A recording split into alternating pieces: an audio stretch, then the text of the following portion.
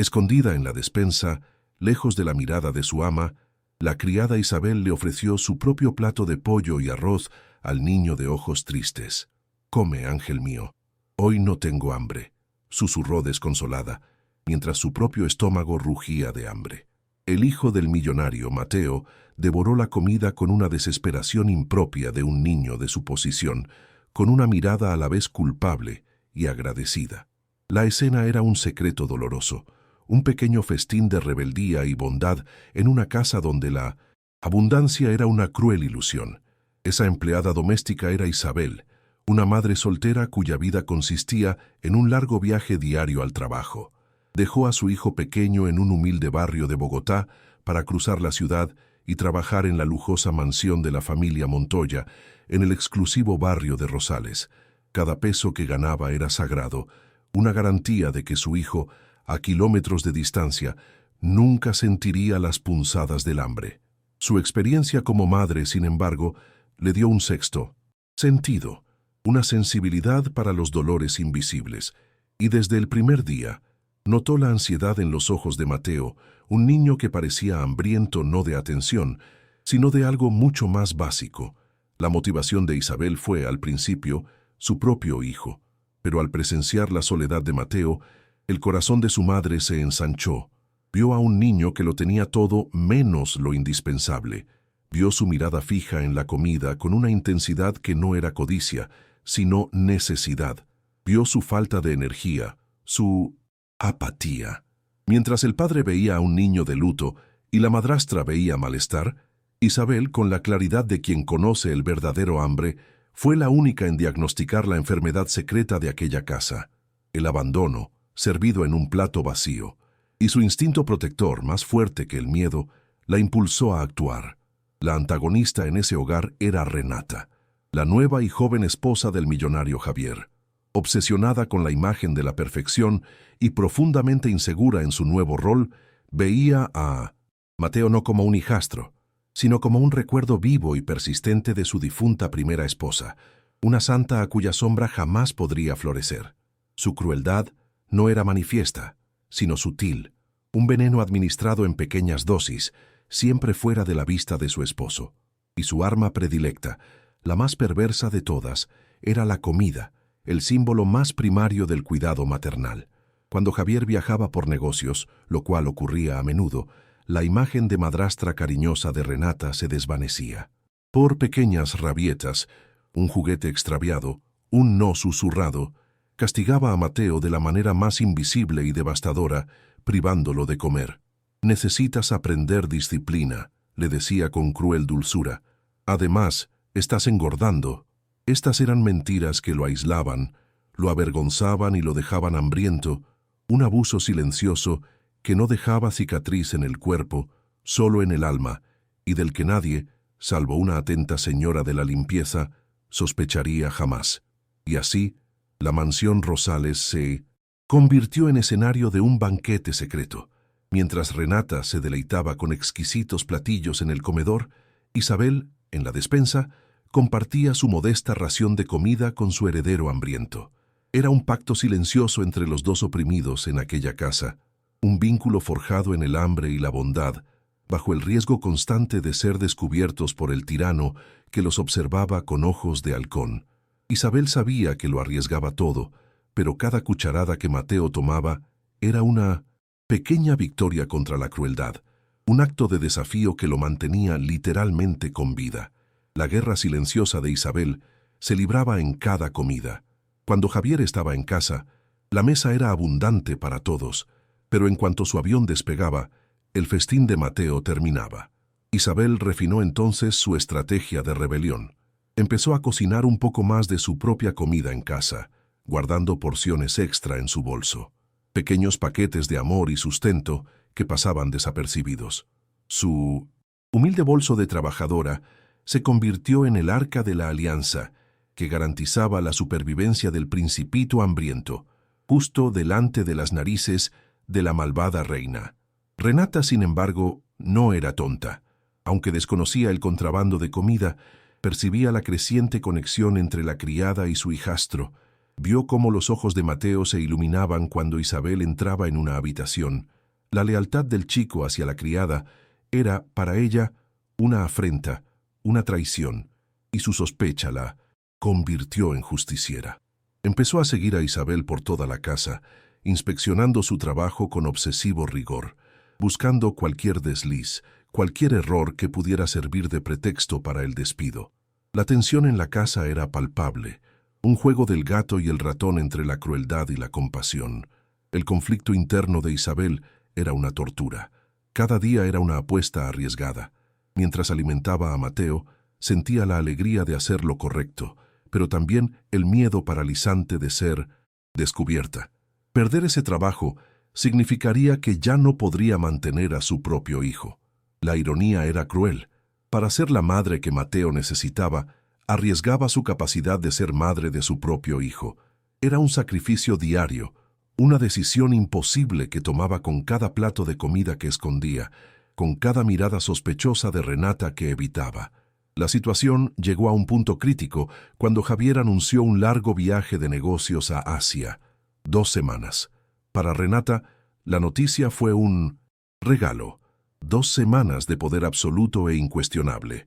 Para Isabel y Mateo, fue una condena de 15 días en el infierno. El miedo en los ojos del chico era tan palpable que a Isabel se le partió el corazón. Sabía que debía ser más cuidadosa que nunca.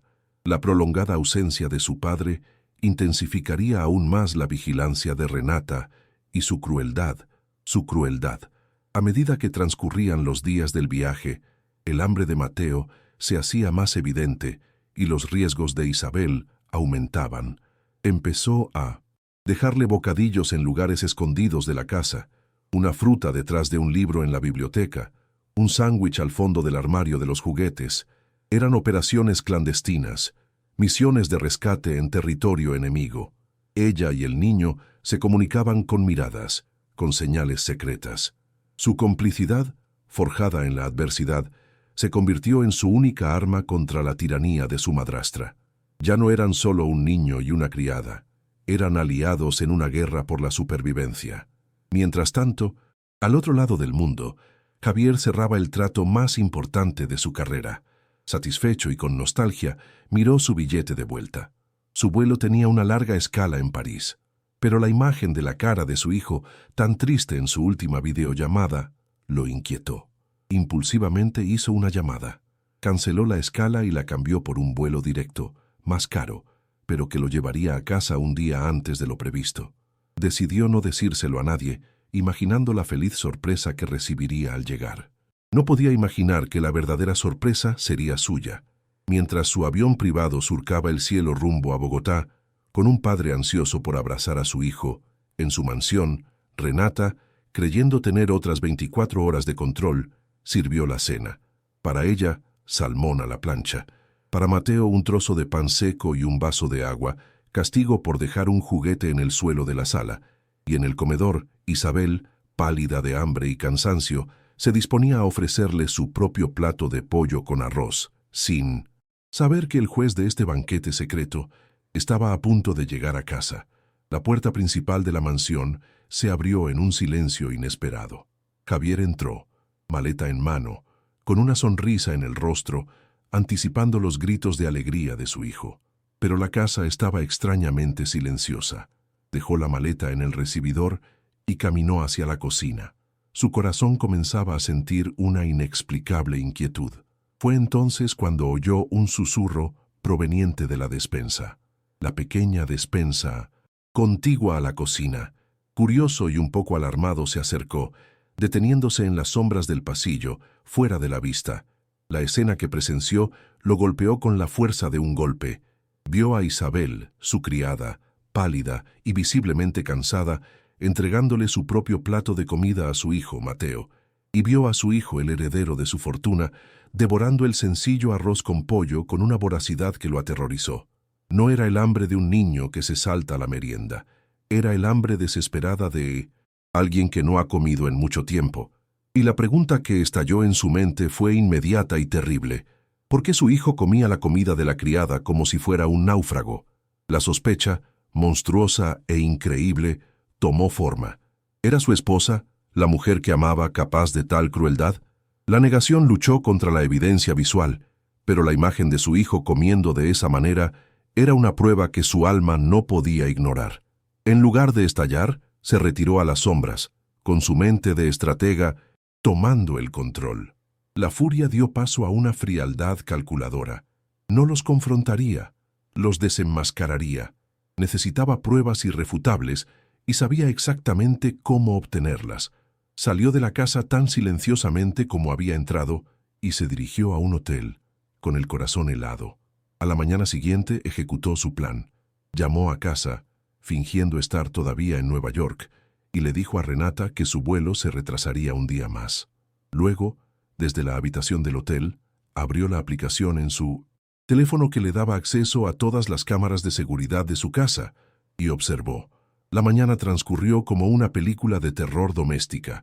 Vio a su esposa, Renata, sentarse a la mesa para un abundante desayuno de fruta, huevos y pan, y vio a su hijo, Mateo, acercarse a la mesa solo para ser despedido con un gesto frío y una palabra dura. «Ya comiste suficiente ayer. Un poco de ayuno te sentará bien». La bondad de Elizabeth brilló en la oscuridad, y ahora Dios comienza a mover las piezas hacia la justicia. Si crees que ángeles como Elizabeth merecen ser honrados, comenta: «Dios bendiga a esta mujer para enviarle energía positiva a nuestra heroína». La máscara de esposa amorosa se desvaneció, revelando al villano que vivía bajo su techo. Javier sintió un doble dolor, el de la traición de su esposa y, aún más devastador, la culpa de su propia negligencia. Había dejado a su hijo en manos de un monstruo. Continuó observando, con el corazón roto, al ver a Isabel, más tarde esa mañana, encontrar a Mateo en su habitación y darle a escondidas un plátano que había escondido en su delantal. Su bondad, en contraste con la crueldad de su esposa, era cegadora. La guerra secreta en esa casa finalmente le fue revelada por completo. Esa noche, el escenario para la justicia estaba listo. Javier regresó a casa, esta vez anunciando su llegada. Renata lo recibió con besos y sonrisas, la actriz perfecta. A la hora de la cena, insistió en que todos se sentaran a la mesa, incluida Isabel, para agradecerle por cuidar tan bien la casa. Renata, aunque irritada por la presencia de la criada, accedió sin percatarse de la trampa. Entonces, la cocinera Carmen, siguiendo las instrucciones secretas de Javier, sirvió la cena. Para Javier, Mateo e Isabel, un delicioso filete. Para Renata, un plato de sobras frías del día anterior. La expresión de asombro y disgusto en el rostro de Renata al ver su plato fue la primera parte de su frase. «¿Qué significa esto, Javier?», preguntó con un dejo de ira en la voz. Con una calma sepulcral, Javier cogió una tableta que tenía a su lado. «Pensé que te gustaría comer lo mismo que le diste a nuestro hijo esta mañana», dijo. Y entonces pulsó el botón de reproducción. La grabación de la cocina, que mostraba a Renata negándole el desayuno a Mateo, se reprodujo para todos en la mesa. La humillación fue pública, silenciosa y absoluta. La máscara de Renata se desintegró, revelando solo su propia y horrible maldad. La confesión en video, reproducida en 1900.